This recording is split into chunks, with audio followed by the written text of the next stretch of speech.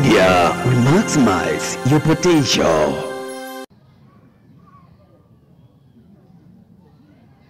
Miomo sio miomo, ni miweji. Miomo ni kwamba kijiji kizima au watu 5 wa 10 kwenye familia moja wamekufa kwa pamoja, hapo naweza kutamka miomo. Kwa hiyo mimi nasema miweji kwa sababu tuna msiba mmoja. Miweji. Nimesimama kwa niaba ya familia yangu. Mimi ni mmoja katika familia hii ambayo imempoteza ndugu yetu. Hivyo basi familia ikaona vema initume mimi kwa ajili ya kuja kusoma maisha ya marehemu.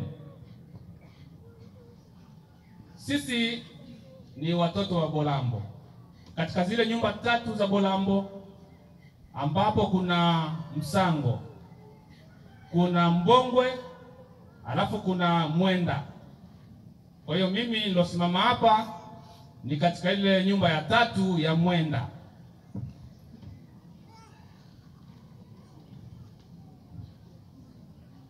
Katika nyumba hiyo ya Mwenda mimi ni Lomona ambaye alizaliwa na Mwenda.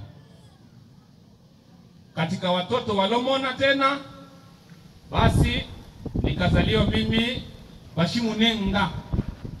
Watoto wa Lomona mimi ni mtoto ninaitwa Bashimunenga, lakini kwa jina lingine tunaitwa Bashikwa Chubwa. Miwechi.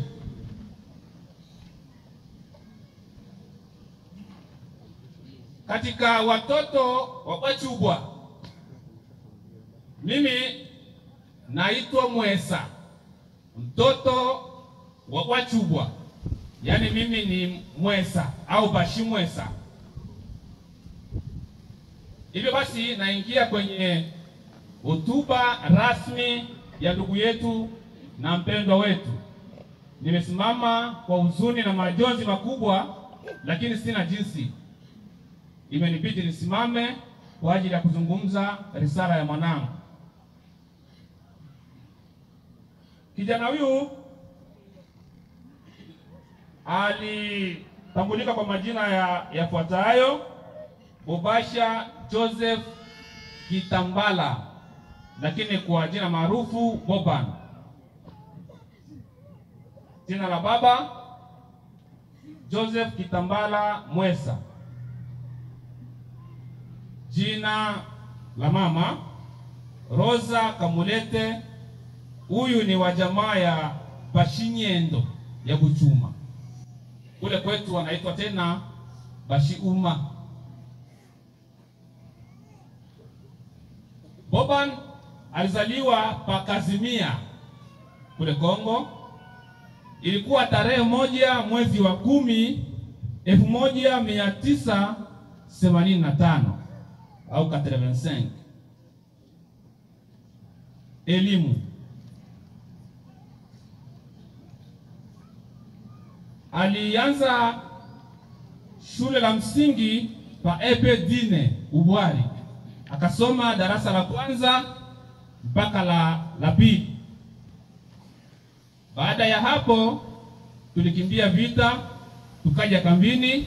Akaendelea na shule, akaanza kusoma darasa la 3 mpaka la 6 kwenye shule la msingi Mapendo, Epe Mapendo hapa juu.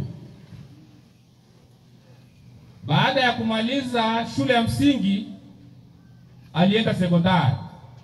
Akasoma Amitie, lakini hakuendelea sana.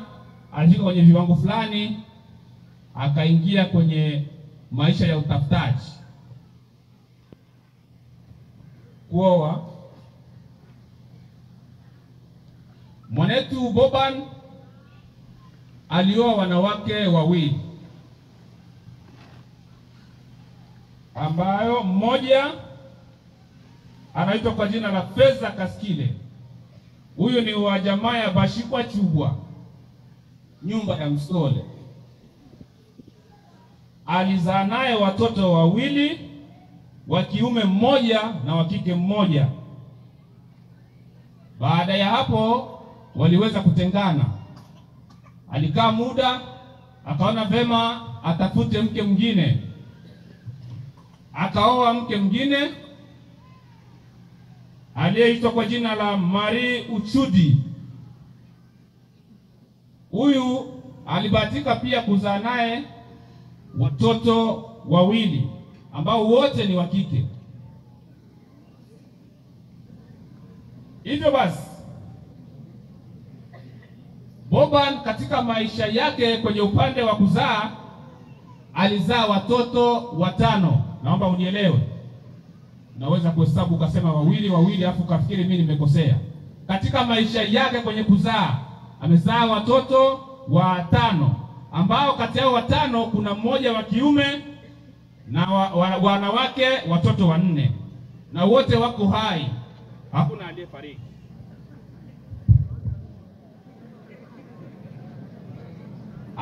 Alizaa watoto 5 ambao mmoja ni wa kiume na 4 wa kike. Ndivyo nilivyosema, wote wako hai, hakuna aliyefariki. Naomba nieleweke.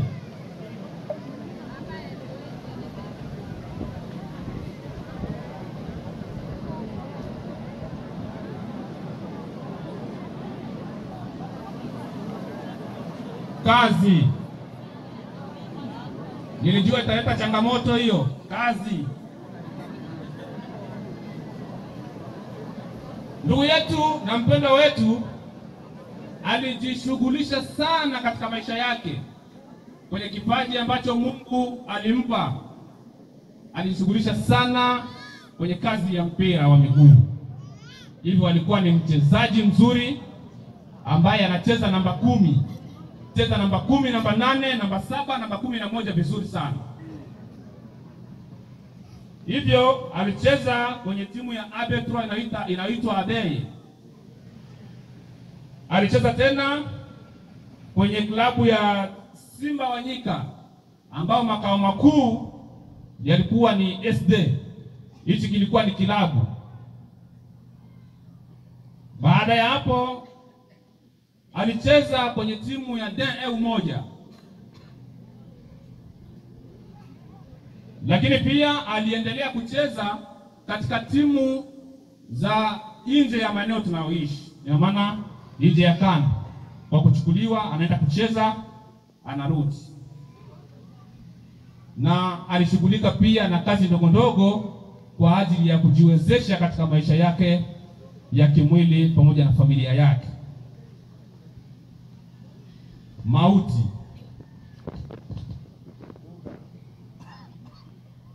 Ndugu yetu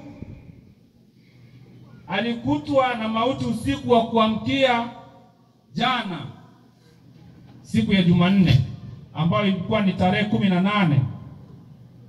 Tulipigiwa simu asubuhi na mapema kwamba tumemkuta ndugu yenu kaisha fariki. Basi ilitubidi tuje. Kweli tulimkuta ndugu kashahaga maisha, yupo kwenye kitanda. Mwili ukachukuliwa ukapelekwa mortuary kwa ajili ya uchunguzi zaidi. Hivyo uchunguzi ulifanyika, lakini hakuna kilichobainika kwamba ni kitu fulani kilichosababisha au kilichomsababishia mauti. Hivyo ndugu yetu alituacha, lakini hatukujua kitu gani ambacho kimemletea mauti. Kwa hiyo sisi tumesema kwamba mwanetu au ndugu yetu amefariki ghafla.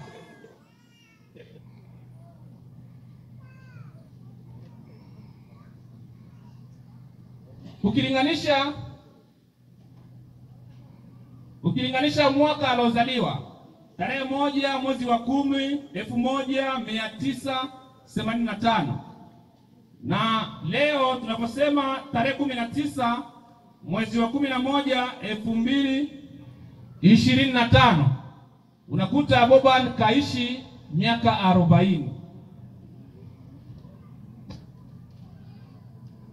Hivyo basi kama familia tunasema kwamba tutaenda kumsindikiza ndugu yetu katika nyumba yake ya milele, na tutapotoka huko sote tufikie mahali hapa, lakini kijiji kina nafasi yake. Tutasikiliza watakavyosema, Baada watakavyosema kijiji kama kitaruhusu kurudi hapa, lakini sisi tumesema turudi hapa, lakini hatuna chochote kama familia. Hivyo turudi hapa, na baada ya kukaa hapa tutakaa kwa muda mpaka hiyo saa 12 jioni. Baada ya saa 12 jioni kuelekea saa 1 wote tutatandua mikeka yetu na turubai. Tutahamisha msiba wetu na kuupeleka kwenye kijiji cha RD. Ni pale barabarani tu, tutakuwepo pale. Kwa hiyo ndugu, rafiki na wengine ambao hawako hapa, mtawaambia kwamba msiba umehamishwa kuanzia siku ya leo. Tutakuwa pale RD. Hivyo RD tutalala leo, tutakuwa kesho mpaka siku yake ya Jumapili.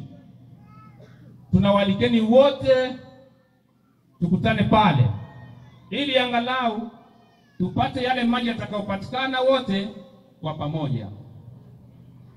Hivyo nisiwe na mengi sana, kwa sababu kuna wengine ambao watakuja kuzungumza baada yangu. Niseme kwa mdomo wa familia, tunawashukuru sana ndugu, jamaa na marafiki ambao mmetoka sehemu mbalimbali kwa ajili ya msiba huu.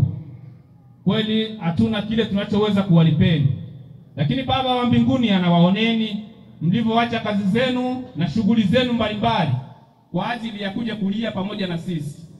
Hivyo basi, Mungu awabariki na awafungulie milango ya baraka katika familia zenu.